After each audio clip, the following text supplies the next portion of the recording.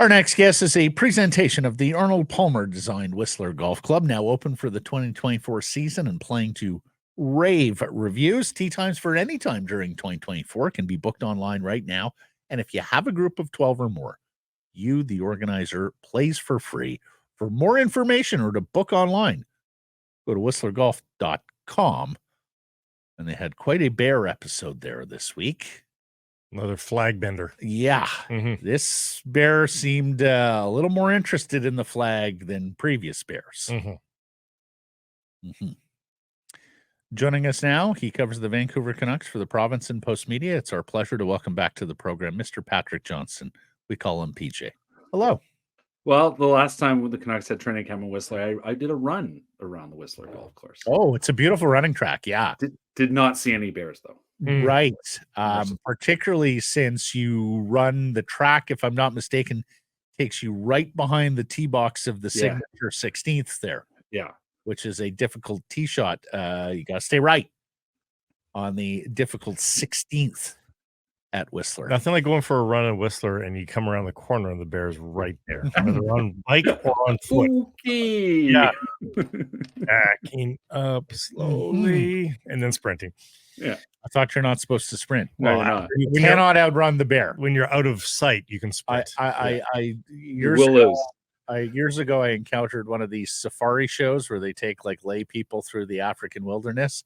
And the very first rule was do not ever run. There is literally nothing out here you can outrun. And of course, one of the guests said, I don't have to outrun the whatever. I just have to outrun this guy. Yeah. Anyways, we digress. What happened with Mike Yeo?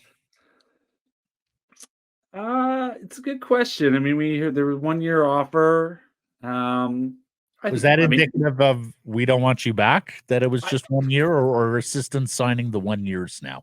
I mean, Talkett's signed for 1 year at the moment. So if you're looking to extend them, aren't you looking to extend the assistants? I don't really know. I mean, are you in a Rod Brindamore situation now? I don't know.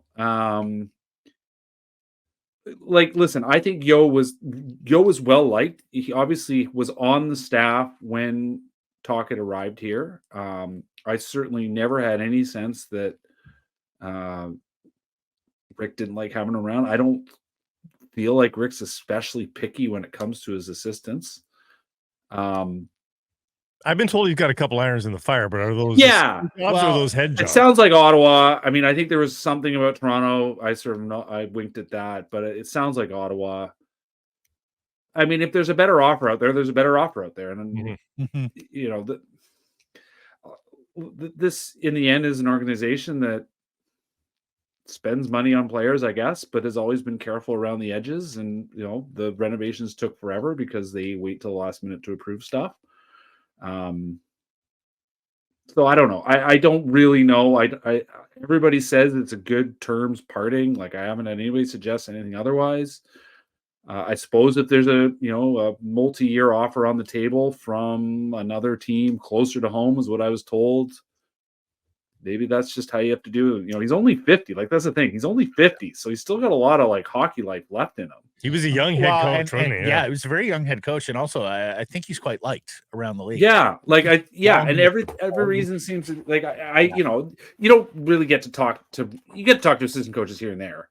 Yeah, and you know, you can talk to them in passing the hallway. Very friendly guy. I had a couple sort of off cuff conversations about nothing directly ever on the team. You know, that's the thing you're always careful with. You don't want to get them in trouble, but you're asking sort of hockey thing or whatever. You know, at one point I mentioned to him about, you know, his team had been his Minnesota Wild still hold the record for most games in a row with 3 goals or fewer against. You know, which I finally caught up with him and mentioned, and you know, he had a bit of pride in that. And, yeah.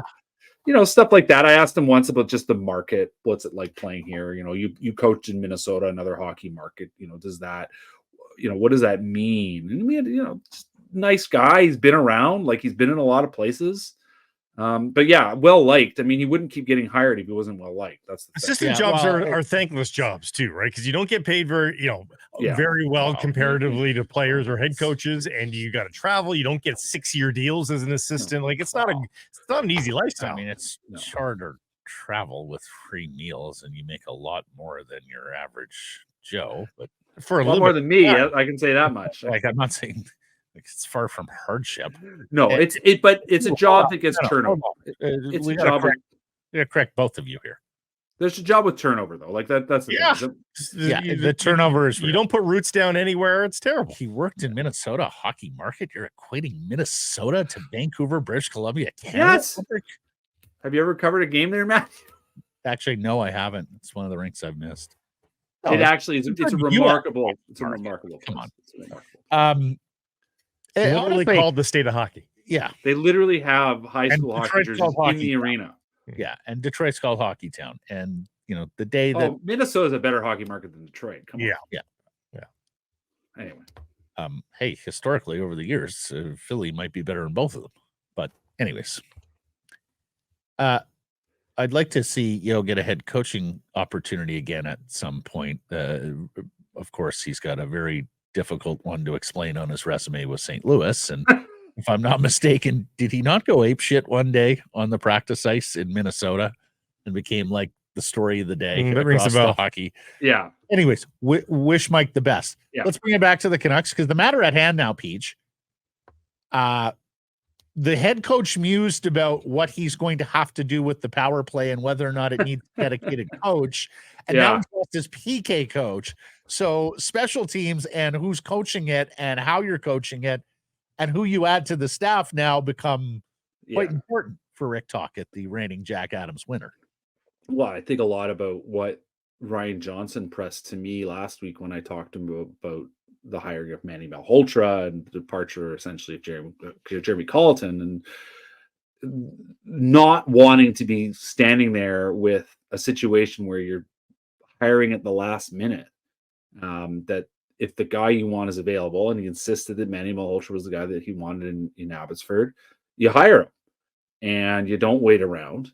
And so now they're in a situation where it is May 30th and they are going to be looking for at least one assistant coach. Been told they're at least replacing Yeo. And it is a bit of a better time to be looking around, but you might have been, maybe they've been looking for a month. Who knows?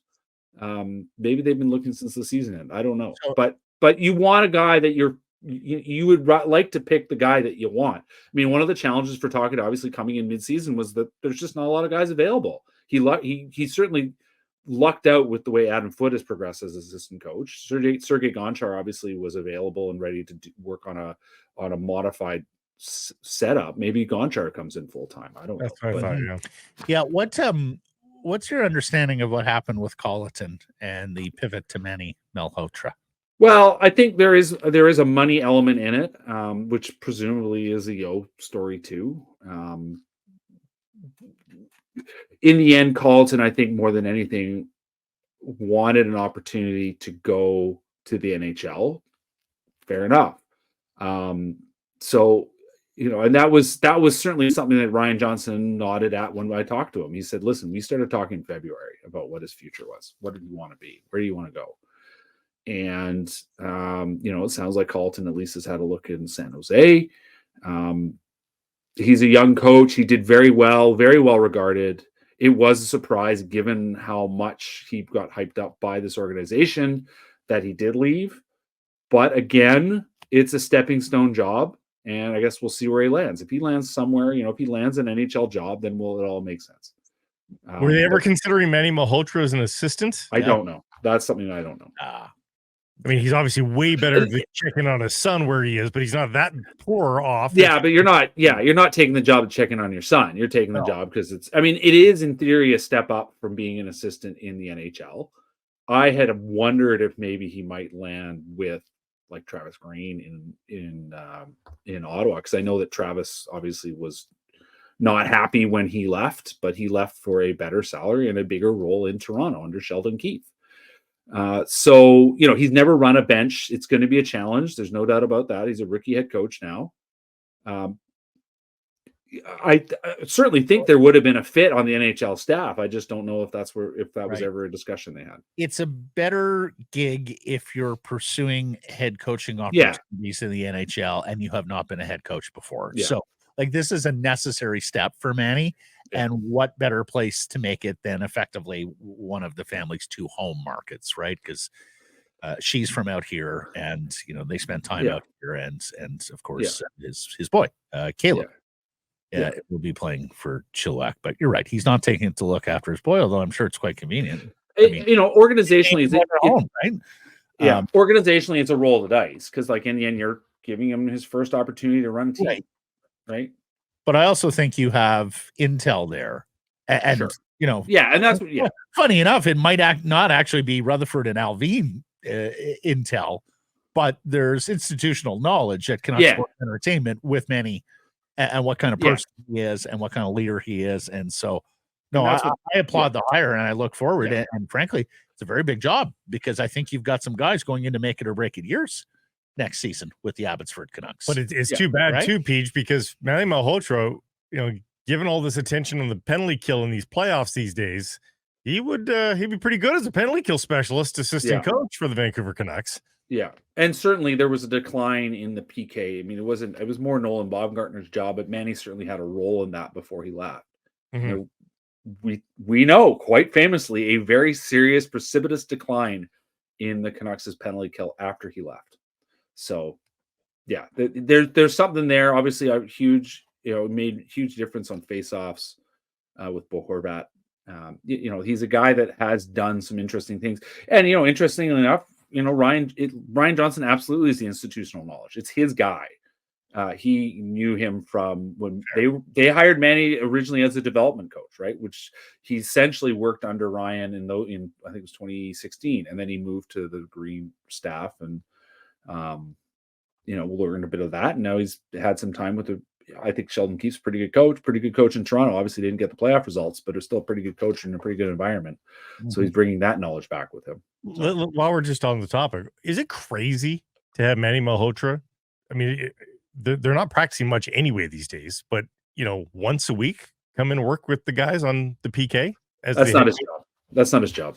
No, he's not his job. He's got enough going on. Like, there's so much going on in the AHL. I mean, the thing that people forget about the AHL is that he'll have a couple assistants, but even as the coach, even in in any organization, you're doing a lot of other stuff. Like, it's just helping people get stuff done. Skeletal staffs, so you do a lot more than just more to do. There's just more to do.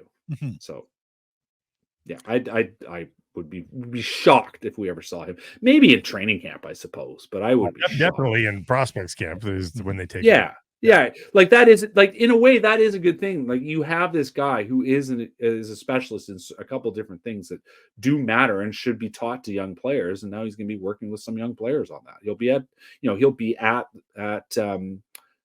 the summer prospects camp. And usually they come up and run Penticton.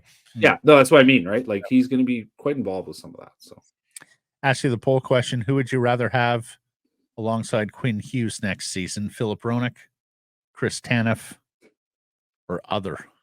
Feel free to name drop there. It's one of those ones. If we didn't talk about price, you say Hronek, right? Like, if we didn't care about the cap, I think it's pretty safely to say Philip Hronek. Even if he isn't a perfect defender, he does great things. He moves the puck. He puts the puck on Hughes' stick. It brings an element. There was a reason why he played as much as he did, right? Like, he was adept and he was good fit for the role. But with the cap as an element, now I think you want to say Chris Tanev just because of what he brings to the table. He's a different player, obviously. Not offensively minded, but he can move the puck. He's obviously outstanding two-way. I mean, the funny thing with Tanev is that it's almost like, do you really want to play him with Hronek if you bring him in, right? Like, you kind of want to put him in a different spot with Hughes. With Hughes, yeah. Like, do you want to have him on that more defensively focused pairing, like the guys that are just going to kind of stop the other team? Because in the end, the way Hughes stops the other team is he just plays in the offensive end of the ice. Like, there's a reason why he and Hronek had such great defensive numbers. It was because they just were never in their own end. They didn't. Last night is also my chief worry about signing Chris Tanev, because he's going to do that. Yeah, he's going to leave an important game down the tunnel, isn't he? I mean, he's had pretty good success at staying healthy since he left Vancouver. I mean, his last season, even in Vancouver, we forget, it was actually pretty healthy. But yeah, you're right, and he's going to be in his late 30s. Like there is that concern, and if you play him with Hughes, there's less risk of that because you have the puck. So, but again, is that really optimal deployment? I mean, they were looking to bring him in mid-season, and he was not going to be playing with Quinn Hughes then. So, Patrick, who do you think they're prioritizing internally? Do you think it's Hronek? Do you think it's Zadorov? Do you think it's Lindholm, Joshua? Like who do you think is their number one priority? well, I mean, they've got all three of those guys right there. I mean, all four of those guys are all big ticket. Obviously, three of them it's tough to tell how active the conversations have been. They certainly know the price of all of them. I think I kind of work backwards. I started working. We're doing a thing at the province of just looking at sort of the inventory of things, and you kind of work your way backwards. If you do this, what can't you do? And I have a hard time actually seeing Lindholm at top of the list because of the price we think he wants. Hronek, we know with the skill set, they traded for the guy, right? They could keep him around, just accepting a 1-year deal, going to ARB, whatever. I think in the terms of probabilities, and then Zadorov, it's sort of where do you price him and what else? What is having him let you or not let you do? You don't want to think about the sunk cost, but the sunk cost on Zadorov is very low. The sunk cost on Hronek obviously is a lot higher, but that also tells you what they, I think, also feel about the player. The inherent value of the player is already higher in Hronek than it is in Zadorov. I think in the end, Hronek is still probably the priority. But it all comes down to the bigger picture, and we know that Alvin is keen to take big swings, and if he sees a trade that involves him moving Hronek, I would not be shocked if that happens. I'm just looking at how he's operated and what I've heard about him, not saying that that's necessarily on the table. On Lindholm too, I just felt like his forays in the playoffs were solo forays a lot of the time. The spectacular that we saw out of him were he was James Bond working alone a little bit, rather than forming this great partnership with anybody. And you know what? Listen, he got the results. It's great, but like the defensive numbers actually weren't that great. Mm-hmm. That he didn't control his shifts the way you really want a guy who's probably going to make that money do it.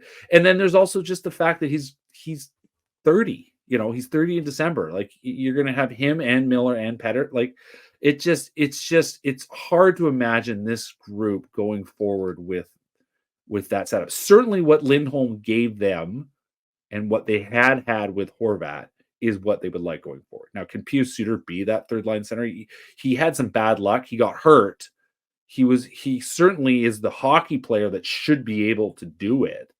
Like he should be in many ways this team's third line center.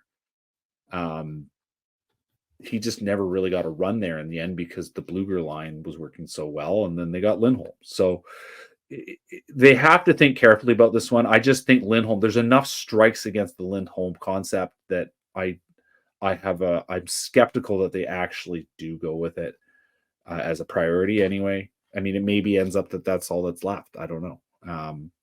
I just look at the other two, Zadorov and Hronek. I mean, obviously Joshua. I think Joshua, in a way, should be the easiest. We're hearing obviously lots of rhetoric out there, but the value there is obvious and the fit is obvious.